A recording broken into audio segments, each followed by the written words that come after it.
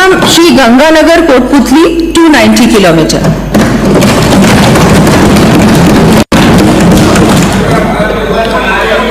बिपरजॉय तूफान अतिवृष्टि एवं समय पर रखरखाव की कमी के कारण क्षतिग्रस्त 1343 सड़कों एवं पुलियों की मरम्मत व जीर्णोद्धार करने के लिए 2 वर्षों में 644 करोड़ रुपए व्यय किए जाने प्रस्तावित हैं। उपखंड पंचायत समिति व तहसील मुख्यालय को जिला मुख्यालय से 2 लेन चौड़ी सड़क से जोड़ने का कार्य चरणबद्ध रूप से करवाया जाएगा। इस पर लगभग 306 करोड़ रुपए की लागत आएगी। इसके साथ ही मैं शहरी क्षेत्रों में प्रमुख सड़कों की मरम्मत एवं उन्नयन के लिए 500 करोड़ रुपए के प्रावधान की घोषणा करती हूँ।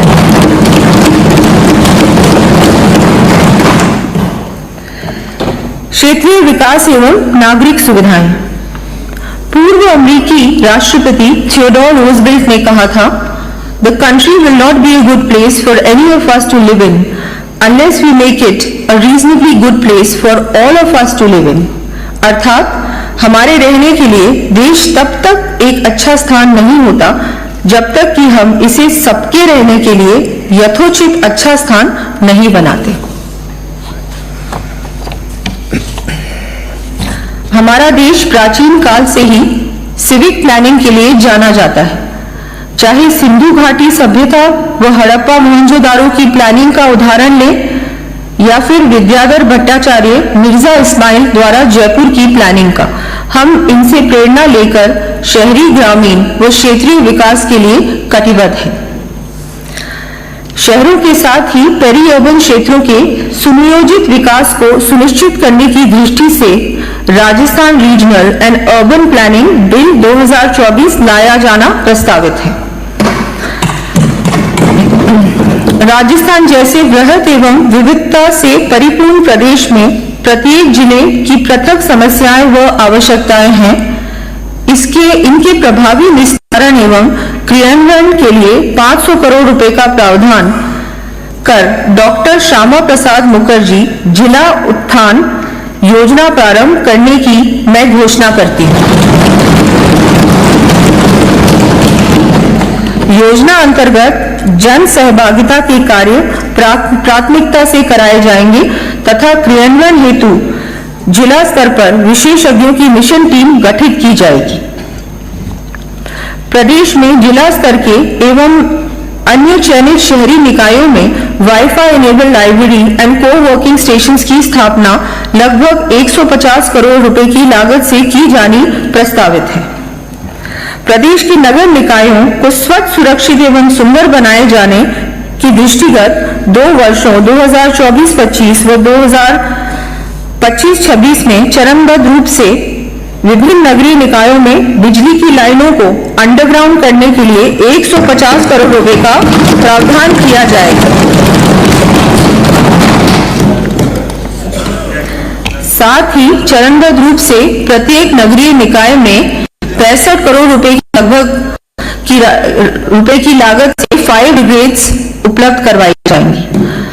ठोस कचरे के प्रबंधन सॉलिड वेस्ट मैनेजमेंट हेतु 71 नगरीय निकायों में प्रोसेसिंग प्लांट्स, 86 नगरीय निकायों में मटेरियल रिकवरी फैसिलिटी केंद्रों का निर्माण तथा 131 नगरीय निकायों में पुराने कचरे के निस्तारण की समुचित व्यवस्था की जाएगी। इन पर लगभग 650 करोड़ रुपए व्यय होंगे।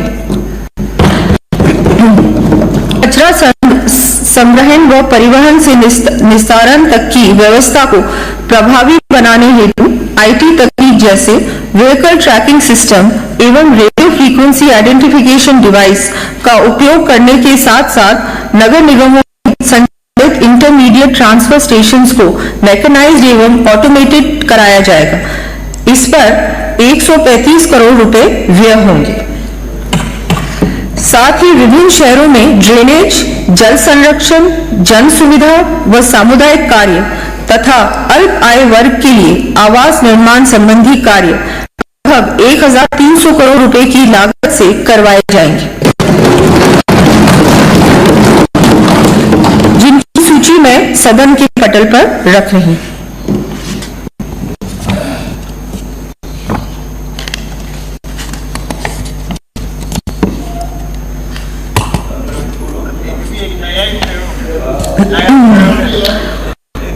प्रदेश की समस्त नगरीय निकायों, नगरीय क्षेत्रों के बाजारों एवं पब्लिक प्लेसेस में महिलाओं के लिए चरणबद्ध रूप से बायो पिंक टॉयलेट कॉम्प्लेक्स स्थापित करवाए जाने प्रस्तावित है। प्रथम चरण में नगर निगम व नगर परिषद क्षेत्रों में 67 टॉयलेट कॉम्प्लेक्स बनाए जाएंगे। इस हेतु लगभग 14 करोड़ रुपए का व्यय होगा। प्रदेश में पब्लिक ट्रांसपोर्ट सिस्टम के माध्यम से आमजन को सस्ती, सुरक्षित एवं आधुनिकतम यातायात सुविधा सुलभ कराने हेतु राजस्थान रोडवेज द्वारा 2 वर्षों में 500 बसें क्रय करने के साथ ही 800 और बसें सर्विस मॉडल पर लिया जाना प्रस्तावित है। इसके अंतर्गत 300 इलेक्ट्रिक बसें भी शामिल की जाएंगी। प्रदेश में दूरस्थ ग्रामीण क्षेत्रों में भी यात्रियों की सुविधा के लिए लोक परिवहन सेवा प्रारंभ की जाएगी। माननीय प्रधानमंत्री श्री नरेंद्र मोदी जी ने देश की रेलवे स्टेशन का विकास कर यात्रियों के लिए आधुनिकतम सुविधाएं सुलभ कराकर पहल की है। इसी तर्ज पर प्रदेश में यात्रियों की सुविधा एवं रोडवेज के कार्य कुशलता बढ़ाने की दृष्टि से अजमेर, भरतपुर, दूदू, कोटा एवं उदयपुर सहित 10 जिला मुख्यालयों पर आधुनिकतम सुविधा युक्त बस स्पॉट्स, स्टैंड्स का निर्माण करवाया जाएगा। साथ ही विभिन्न बस स्टैंड्स, डिपोज एवं वर्कशॉप्स की रिपेयर, मेंटेनेंस एवं पब्लिक फैसिलिटीज हेतु 50 करोड़ रुपए का प्रावधान प्रस्तावित है। बहरोड, कामाडीह, रूपवास भरतपुर, बायतू बालोतरा, श्री डूंगरगढ़ बीकानेर, महुआ दौसा, सपोटरा करौली, मनोहर थाना झालावाड़, धोद खंडेला, सीकर एवं पिंडवाड़ा सिरोही में बस स्टैंड संबंधी विकास कार्य करवाए जाएंगे। राजस्थान राज्य पथ परिवहन निगम की प्रशासनिक एवं संचालन व्यवस्था को बेहतर करने हेतु 1650 कर्मियों की भर्ती की जाएगी।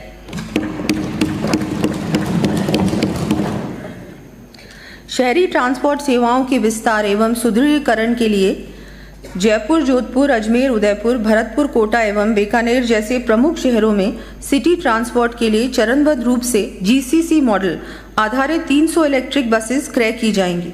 साथ ही ई बसों के सुगम संचालन हेतु 25 करोड़ रुपए व्यय कर मॉडर्न शेल्टर कम चार्जिंग स्टेशन स्थापित किए जाएंगे। जयपुर मेट्रो का विस्तार करने के लिए जयपुर मेट्रो रेल कॉरपोरेशन को केंद्र सरकार के साथ जॉइंट वेंचर में परिवर्तित कर कार्य को गति दी जाएगी। साथ ही पब्लिक ट्रांसपोर्ट की सुविधा को बढ़ाने के लिए आवश्यकता अनुसार एलिवेटेड रोड का भी प्रावधान किया जाएगा। पूर्वी राजस्थान के दूरस्थ क्षेत्रों के क्षेत्रीय विकास के लिए ब्रज क्षेत्रीय विकास योजना प्रारंभ किए जाने की मैं घोषणा करती हूँ। साथ ही डांग, मगरा, मेवात एवं ब्रज क्षेत्रीय विकास योजनाओं हेतु इस वर्ष 50-50 करोड़ रुपए उपलब्ध करवाए जाने प्रस्तावित हैं।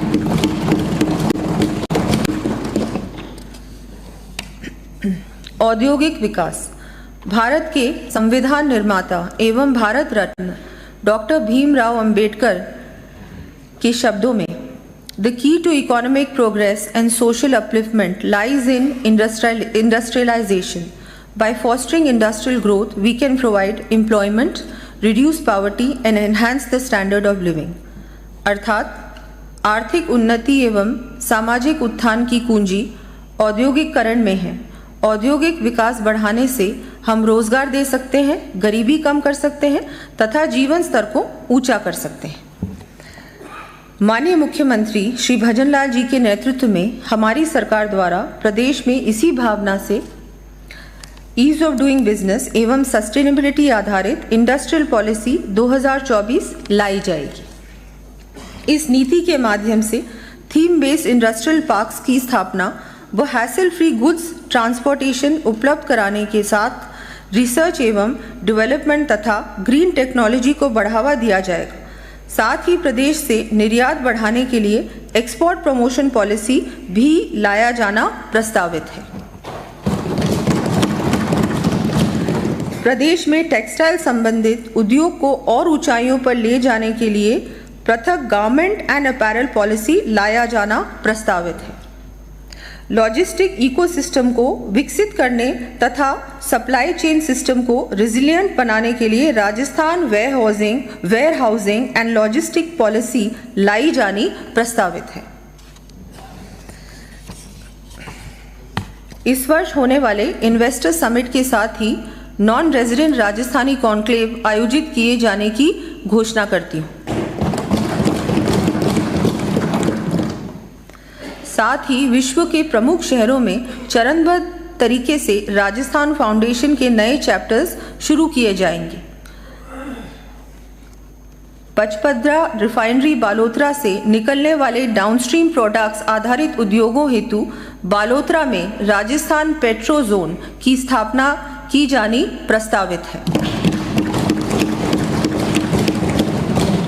साथ ही प्रदेश में डिफेंस मैन्युफैक्चरिंग हब की भी स्थापना की जाएगी।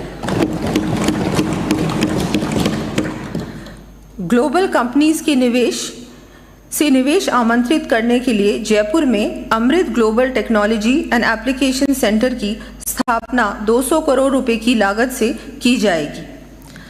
साथ ही डेटा सेंटर पॉलिसी भी लाई जाएगी। प्रदेश में उद्यमियों एवं निवेशकों के लिए उत्कृष्ट औद्योगिक परिवेश तैयार किए जाने हेतु विभिन्न स्थानों पर औद्योगिक पार्क, औद्योगिक क्षेत्र, स्टोन मंडियों की स्थापना सहित आधारभूत कार्य करवाए जाएंगे। इन कार्यों का विवरण मैं सदन के पटल पर प्रस्तुत कर रही हूँ।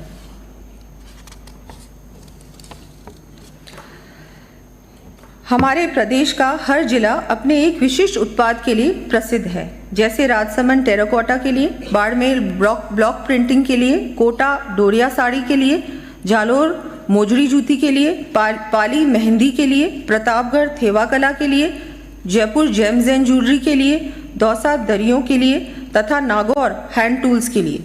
स्थानीय उत्पाद को बढ़ावा देने हेतु माननीय प्रधानमंत्री श्री नरेंद्र मोदी जी के वोकल फॉर लोकल के लिए दी गई पहल के क्रम में राज्य के प्रत्येक जिले को एक्सपोर्ट हब बनाने की दृष्टि से Rajasthan one district one product policy 2024 लाई जाने की मैं घोषणा करती हूँ।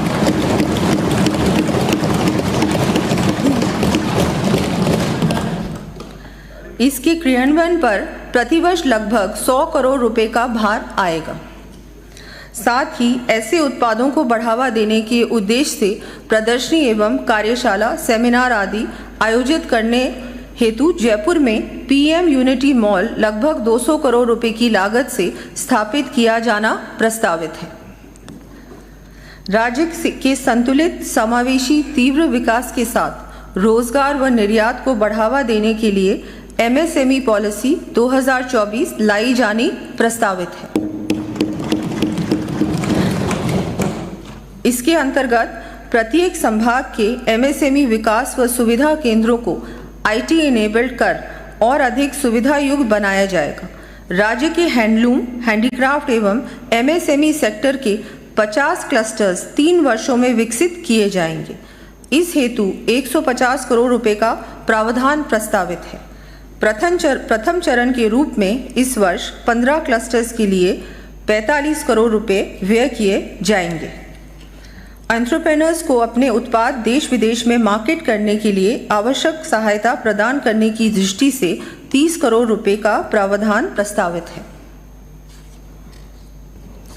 खादी एवं ग्रामोद्योग प्रोत्साहन योजना के अंतर्गत चयनित खादी संस्थाओं समितियों के साथ ही बुनकर संघ से जुड़े बुनकरों को भी ऋण एवं सहायता प्रदान किया जाना प्रस्तावित है। साथ ही प्रदेश में माटी कला से जुड़े कलाकारों के उत्थान के लिए माटी कला सेंटर ऑफ एक्सीलेंस 5 करोड़ रुपए की लागत से स्थापित किया जाना प्रस्तावित है। कलाकारों को 1000 इलेक्ट्रिक व्हील, इलेक्ट्रिक चाक एवं मिट्टी गूंथने की मशीनें उपलब्ध करवाई जाएंगी। पर्यटन, कला एवं संस्कृति। राजस्थान अपनी ऐतिहासिक विरासत और स्थापत्य समृद्ध संस्कृति, गौरवशाली इतिहास और प्राकृतिक सुंदरता के लिए विश्व विख्यात है। राज्य की अर्थव्यवस्था में पर्यटन का महत्वपूर्ण योगदान है। सकल राज्य घरेलू उत्पाद जीएसडीपी में पर्यटन की प्रत्यक्ष और परोक्ष हिस्सेदारी कुल 5.6% है एवं राज्य में लगभग 20 लाख परिवार पर्यटन क्षेत्र से किसी न किसी रूप में आय अथवा रोजगार की दृष्टि से जुड़े हुए हैं। प्रदेश में पर्यटन विकास को गति देने के लिए नवीन पर्यटन नीति लाई जानी प्रस्तावित है। साथ ही राजस्थान पर्यटन विकास बोर्ड का गठन करते हुए Rajasthan tourism infrastructure and capacity building fund RTICF बनाया जाकर हमारे इस कार्यकाल में 5000 करोड़ रुपए से अधिक के कार्य करवाए जाने की मैं घोषणा करती हूँ।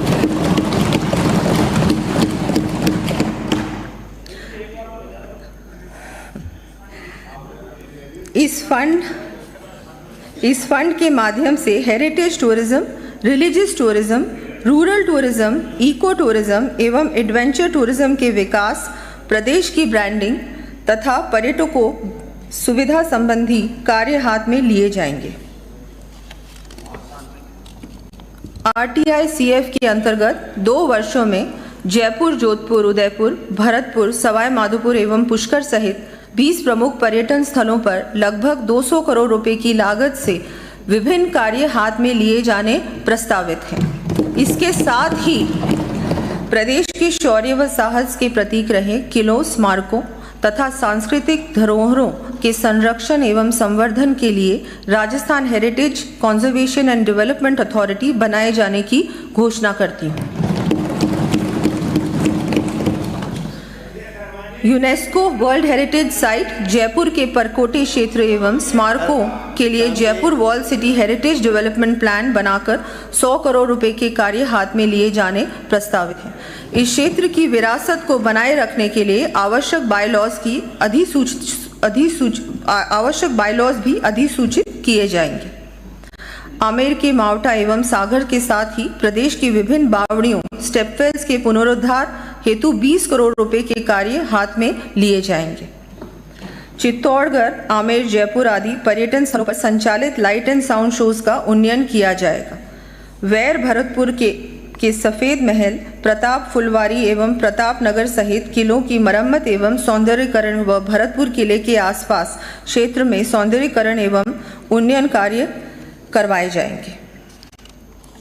Lesser known tourism sites Ramgarh crater site, बारा, सांभर झील क्षेत्र जयपुर एवं झामर कोटड़ा व झावर उदयपुर को विकसित करने पर लगभग 30 करोड़ रुपए व्यय किए जाएंगे।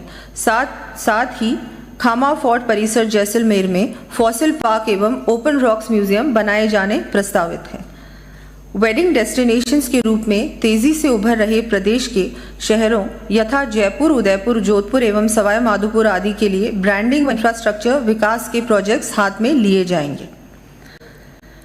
प्रदेश में MICE, meetings, incentives, conferences, exhibitions, tourism हेतु आवश्यक सुविधा उपलब्ध कराने के लिए दिल्ली के भारत मंडपम की तर्ज पर जयपुर में राजस्थान मंडपम बनाने की मैं घोषणा करती हूँ।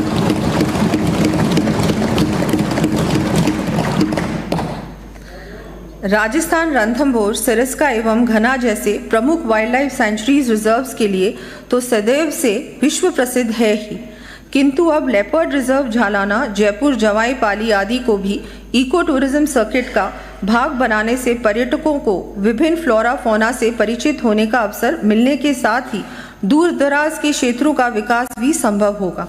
इसी क्रम में सांभर झील, खींचन, कॉन्जर्वेशन रिजर्व, शेरगढ़ अभयारण्य, मनसा माता कॉन्जर्वेशन रिजर्व एवं बस्सी अभयारण्य को इको टूरिज्म साइट्स के रूप में विकसित किया जाएगा।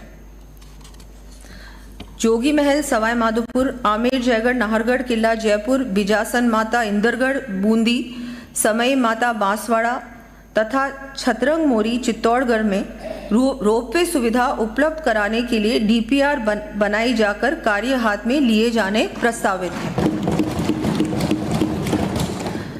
प्रदेश के संरक्षित वन क्षेत्रों में स्थित धार्मिक स्थलों में श्रद्धालुओं और वन्यजीवों की सुरक्षा को ध्यान में रखते हुए प्रथम चरण में सरिस्का स्थित पांडुपोल और रणथंभौर में त्रिनेत्र गणेश जी के लिए ईवी बेस्ड ट्रांसपोर्ट सिस्टम शुरू किया जाएगा। राजस्थान की भूमि अपने मंदिरों एवं आस्था स्थलों के लिए संपूर्ण देश से आने वाले श्रद्धालुओं के लिए एक अलग ही आकर्षण रखती है। हमारी केंद्र सरकार ने माननीय प्रधानमंत्री जी के नेतृत्व में अयोध्या एवं काशी विश्वनाथ को श्रद्धालुओं की आस्था के अनुरूप भव्य बनाकर देश में एक नए उत्साह का संचार किया है। इसी तर्ज पर खाटू श्याम जी को भव्यता प्रदान करने के लिए 100 करोड़ रुपए राशि का प्रावधान कर कार्य करवाए जाने की घोषणा करती हूँ। मान्य सदस्यों को जानकर खुशी होगी कि प्रदेश में विभिन्न त्योहारों जैसे दिवाली, होली, शिवरात्रि एवं रामनवमी आदि को आमजन पूर्ण हर्षोल्लास के साथ साथ श्रद्धा से मना सके, इस दृष्टि से लगभग 600 मंदिरों में इन अवसरों पर विशेष साज सज्जा व आरती के कार्यक्रम आयोजित किए जाना प्रस्तावित है।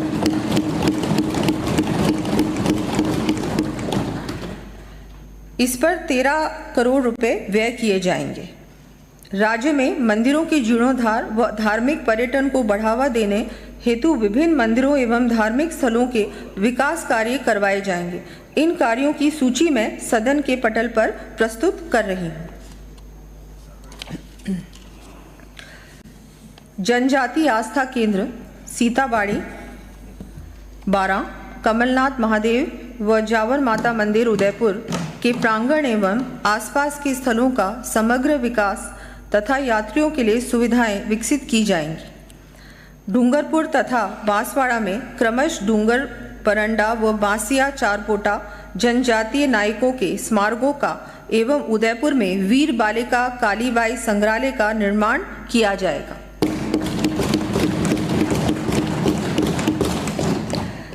इन पर 25 करोड़ रुपए व्यय किए जाएंगे।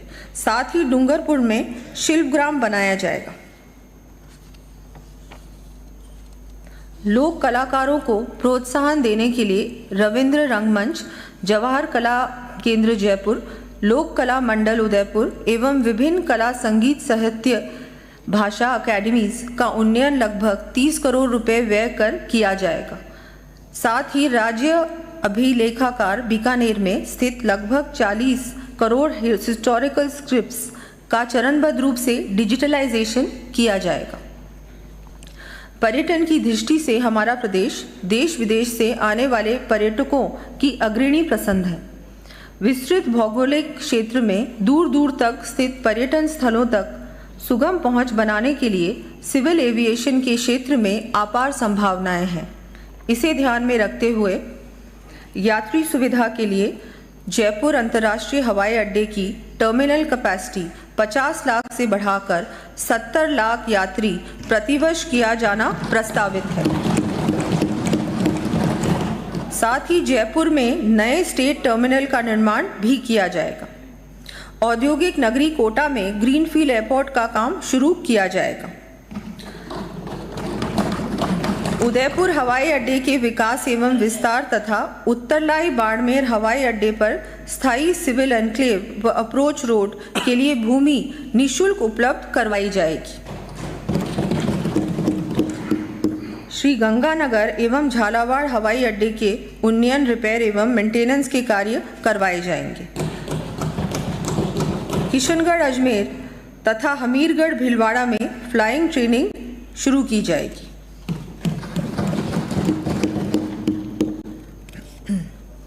वन एवं पर्यावरण प्रदेश में दीर्घकालीन विकास सुनिश्चित करने के लिए ग्रीन ग्रोथ को प्राथमिकता देते हुए सस्टेनेबल डेवलपमेंट गोल्स प्राप्त करना हमारा ध्येय है। माननीय प्रधानमंत्री जी ने सभी से अपेक्षा की है, We, the present generation, have the responsibility to act as a trustee of the rich natural wealth for the future generations. The issue is not merely about climate change, it is about climate justice. अर्थात हमारी वर्तमान पीढ़ी के पास समृद्ध प्राकृतिक संपदा के trustee के रूप में कार्य करने की जिम्मेदारी है, जिससे ये संपदा भविष्य की पीढ़ियों को उपलब्ध हो सके। यह विषय केवल जलवायु परिवर्तन का नहीं है, बल्कि ये जलवायु न्याय का है। वर्ष 2023-24 के केंद्र सरकार के बजट में अमृत काल के लिए निर्धारित 7 प्राथमिकताओं देश को अमृत काल में मार्गदर्शन देने वाले सप्तऋषि में से एक ग्रीन ग्रोथ है। इसी क्रम में सभी विकास योजनाओं में ग्रीन ग्रोथ के सिद्धांत का समावेश करने तथा पर्यावरण संरक्षण के साथ ही प्रदेश को हरित राजस्थान के रूप में उन्नति के पथ पर अग्रसर करने की दृष्टि से आगामी वर्ष से राज्य का ग्रीन बजट भी प्रस्तुत करने की मैं घोषणा करती हूँ। राजस्थान को हरित प्रदेश के रूप में विकसित करने की दृष्टि से वर्ष 2028 तक वन क्षेत्र में 20,000 हेक्टेयर की वृद्धि किए जाने का लक्ष्य निर्धारित किया जाना प्रस्तावित है। माननीय सदस्यों को विदित है कि संपूर्ण देश में पौधारोपण के साथ साथ पौधों को जीवित रखने को बराबर का महत्व देने की दृष्टि से माननीय प्रधानमंत्री जी ने इस विश्व पर्यावरण दिवस 5 जून 2024 से एक पेड़ मां के नाम अभियान की शुरुआत की थी। इसी दिशा में इस वर्ष माननीय मुख्यमंत्री जी द्वारा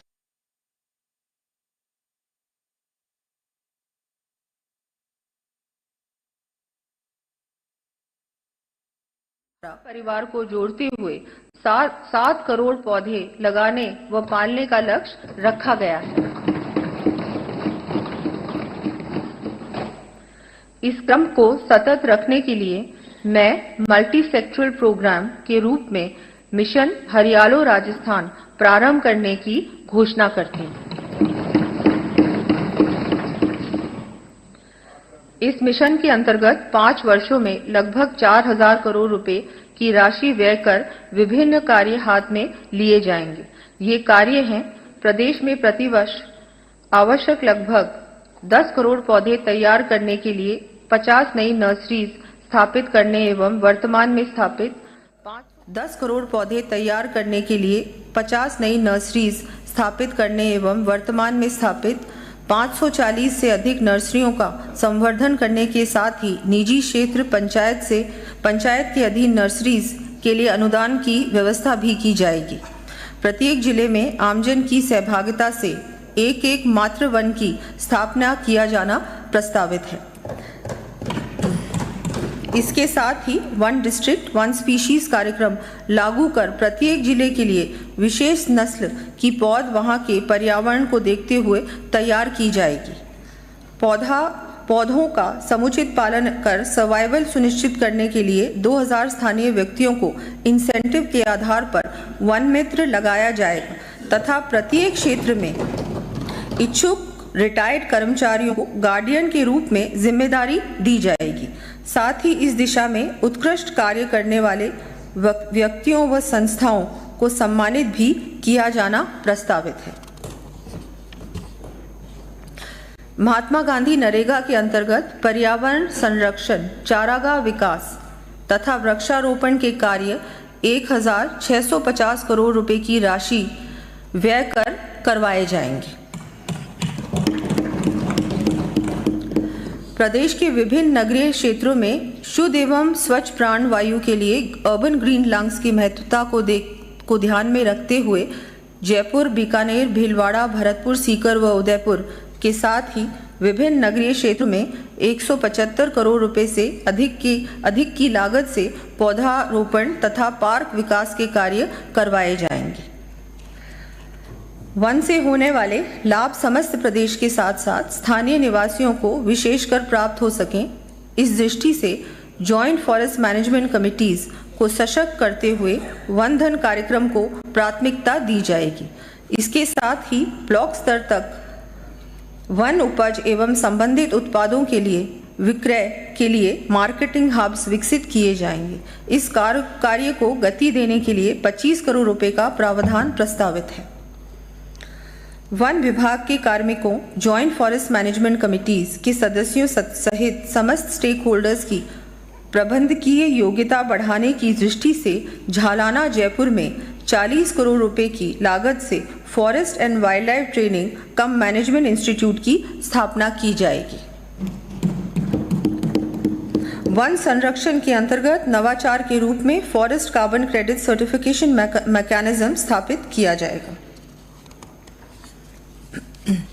राजस्थान देश में ही नहीं बल्कि संपूर्ण विश्व में भी घना पक्षी अभयारण्य टाइगर्स एवं लेपर्ड्स के साथ साथ विभिन्न वन्यजीव प्रजातियों के लिए प्रसिद्ध है। अतः प्रदेश की इस पहचान को और आगे ले जाने तथा वन्यजीवों के संरक्षण हेतु विभिन्न कार्य करवाए जाएंगे। इन कार्यों की सूची मैं सदन के पटल पर प्रस्तुत कर रही हूँ।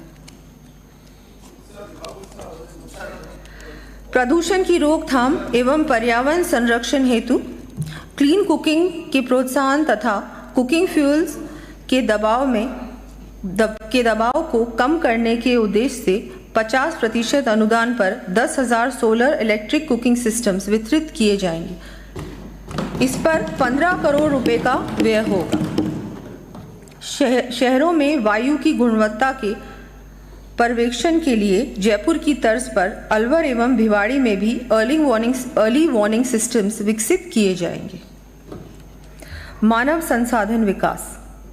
प्रदेश के कोने कोने में बसे परिवारों को शिक्षा, चिकित्सा व रोजगार की सुविधा उपलब्ध कराने के साथ ही वंचित वर्गों को सशक्त करना, जिससे कि वे अपने जीवन को खुशहाल बना सकें, हमारी सरकार का प्राथमिक लक्ष्य है।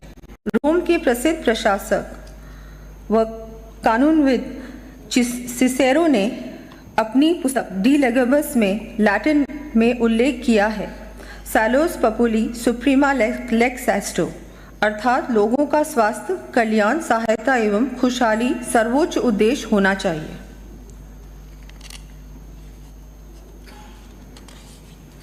प्रदेशवासियों की ओर अपने दायित्व का निर्वहन करते समय हमें आज सबसे अधिक विचार अपने युवाओं के भविष्य के लिए करना है। युवा विकास एवं कल्याण।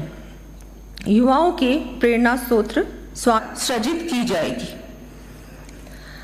माननीय प्रधानमंत्री जी के हर घर हर खेत बिजली निर्बाध रूप से उपलब्ध कराने के संकल्प को साकार करने के लिए हमारी सरकार प्रदेश में विद्युत तंत्र को मजबूत करने एवं इसके विस्तार हेतु आवश्यक कदम उठाने जा रही है। ये सुधार कार्य हैं: एनर्जी एक्सेस रिफॉर्म्स, पीएम सौर्य घर मुफ्त बिजली योजना के अंतर्गत प्रत्येक जिले में आदर्श सौर्य ग्राम बनाया जाना प्रस्तावित है। प्रत्येक ग्राम में 2 मेगावाट क्षमता तक के डिसेंट्रलाइज्ड सोलर पावर प्लांट्स की स्थापना की जाएगी। इसके लिए 40% अनुदान दिया जाना प्रस्तावित है।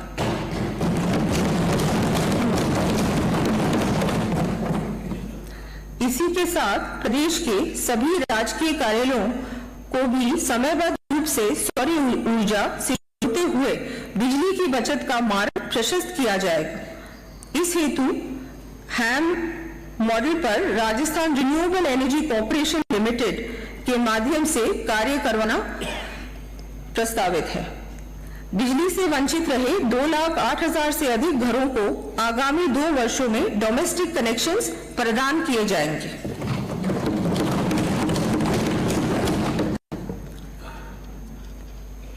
(765 केवी के 6, 400 केवी के 7, 220 केवी के 15 व 132 केवी के 40 जीएसएस व संबंधित लाइनों का चरणबद्ध रूप से विस्तार व निर्माण किया जाएगा।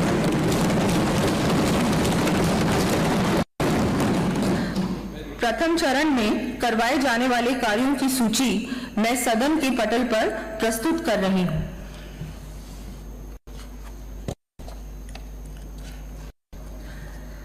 Energy leakage prevention reforms, revamp distribution sector scheme (RDSS) के अंतर्गत विद्युत लीकेज को रोकने तथा आमजन की सुविधा के दृष्टिगत समस्त विद्युत उपभोक्ताओं के चरणबद्ध रूप से स्मार्ट मीटर्स लगाए जाने प्रस्तावित हैं।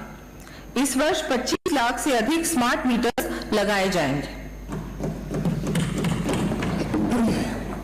सड़क, देश के लोकप्रिय प्रधानमंत्री श्री नरेंद्र मोदी जी का मानना है कि इंफ्रास्ट्रक्चर न केवल लोगों के जीवन को आसान बनाता है बल्कि समाज को भी सशक्त करता है। उन्होंने इसी दृष्टि से कहा है, We must invest in resilient infrastructure today for a better tomorrow। अर्थात बेहतर कल के लिए हमें आज सुदृढ़ आधारभूत ढांचे में निवेश करना चाहिए। हमारी सरकार ने माननीय मुख्यमंत्री श्री भजन जी के नेतृत्व में इसी भावना से हर परिवार को गुणवत्तापूर्ण पानी व बिजली उपलब्ध कराने के साथ ही सड़क, नगरीय विकास तथा औद्योगिक आधारभूत संरचना के कार्य प्राथमिकता से हाथ में लिए हैं। मैं सदन के माध्यम से माननीय मुख्यमंत्री महोदय को धन्यवाद देना चाहूंगी कि प्रदेश के समग्र विकास को गति देने के लिए प्रति विधानसभा क्षेत्र 5 करोड़ रुपए की सड़कों व 3 करोड़ रुपए के अन्य आधारभूत संरचना के कार्यों की स्वीकृतियां भी जारी की जा चुकी है।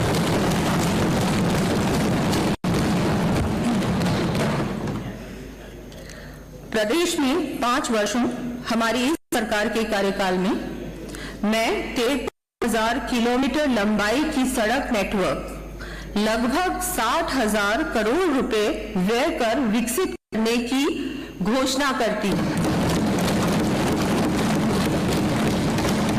इसी क्रम में चरणबद्ध रूप से स्टेट हाईवेज, सड़कों के साथ बाईपास सड़कों, फ्लाईओवर्स, एलिवेटेड रोड्स, आरओबीज व आरयूबीज, हाई लेवल ब्रिजेस आदि के निर्माण तथा रिपेयर व उन्नयन के कार्य लगभग 9,000 करोड़ रुपए की लागत से करवाए जाने प्रस्तावित हैं, जिनका विवरण मैं सदन के पटल पर प्रस्तुत कर रही हूं।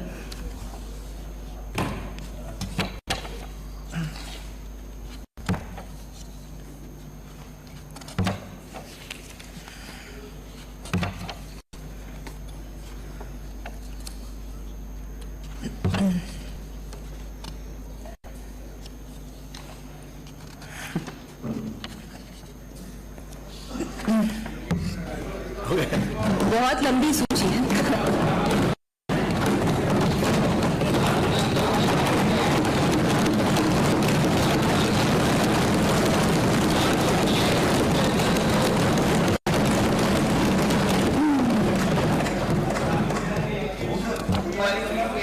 बैठिए बैठिए, बोलने दीजिए।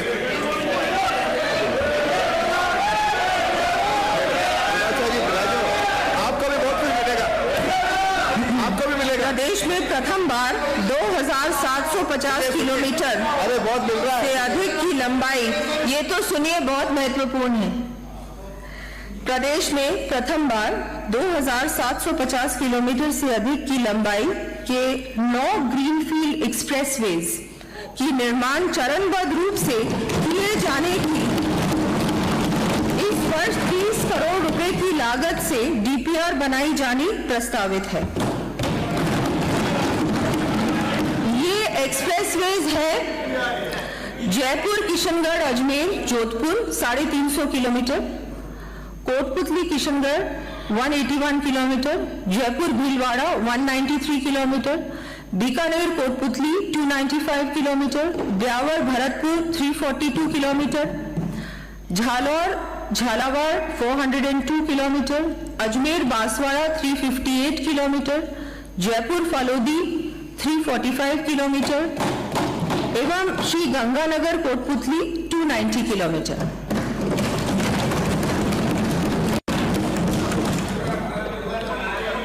बिपरजॉय तूफान, अतिवृष्टि एवं समय पर रखरखाव की कमी के कारण क्षतिग्रस्त 1,343 सड़कों एवं पुलियों की मरम्मत व जीर्णोद्धार करने के लिए 2 वर्षों में 644 करोड़ रुपए व्यय किए जाने प्रस्तावित हैं। उपखंड पंचायत समिति व तहसील मुख्यालय को जिला मुख्यालय से 2 लेन चौड़ी सड़क से जोड़ने का कार्य चरणबद्ध रूप से करवाया जाएगा। इस पर लगभग 306 करोड़ रुपए की लागत आएगी। इसके साथ ही मैं शहरी क्षेत्रों में प्रमुख सड़कों की मरम्मत एवं उन्नयन के लिए 500 करोड़ रुपए के प्रावधान की घोषणा करती हूँ।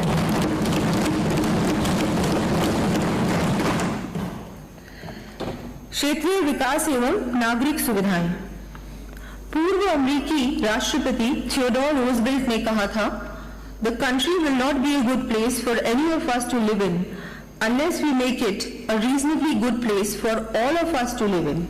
अर्थात हमारे रहने के लिए देश तब तक एक अच्छा स्थान नहीं होता जब तक कि हम इसे सबके रहने के लिए यथोचित अच्छा स्थान नहीं बनाते। हमारा देश प्राचीन काल से ही सिविक प्लानिंग के लिए जाना जाता है। चाहे सिंधु घाटी सभ्यता व हड़प्पा मोहनजोदारो की प्लानिंग का उदाहरण लें या फिर विद्याधर भट्टाचार्य मिर्जा इस्माइल द्वारा जयपुर की प्लानिंग का, हम इनसे प्रेरणा लेकर शहरी, ग्रामीण व क्षेत्रीय विकास के लिए कटिबद्ध हैं। शहरों के साथ ही पेरी अर्बन क्षेत्रों के सुनियोजित विकास को सुनिश्चित करने की दृष्टि से Rajasthan regional and urban planning bill 2024 लाया जाना प्रस्तावित है। राजस्थान जैसे वृहत एवं विविधता से परिपूर्ण प्रदेश में प्रत्येक जिले की पृथक समस्याएं व आवश्यकताएं हैं। इनके प्रभावी निस्तारण एवं क्रियान्वयन के लिए 500 करोड़ रुपए का प्रावधान कर डॉक्टर श्यामा प्रसाद मुखर्जी जिला उत्थान योजना प्रारंभ करने की मैं घोषणा करती हूँ। योजना अंतर्गत जन सहभागिता के कार्य प्राथमिकता से कराए जाएंगे तथा क्रियान्वयन हेतु जिला स्तर पर विशेषज्ञों की मिशन टीम गठित की जाएगी। प्रदेश में जिला स्तर के एवं अन्य चयनित शहरी निकायों में वाईफाई एनेबल्ड लाइब्रेरी एंड को वर्किंग स्टेशंस की स्थापना लगभग 150 करोड़ रुपए की लागत से की जानी प्रस्तावित है। प्रदेश के नगर निकायों को स्वच्छ, सुरक्षित एवं सुंदर बनाए जाने की दृष्टिगत 2 वर्षों 2024-25 व 2025-26 में चरणबद्ध रूप से विभिन्न नगरीय निकायों में बिजली की लाइनों को अंडरग्राउंड करने के लिए 150 करोड़ रुपए का प्रावधान किया जाएगा।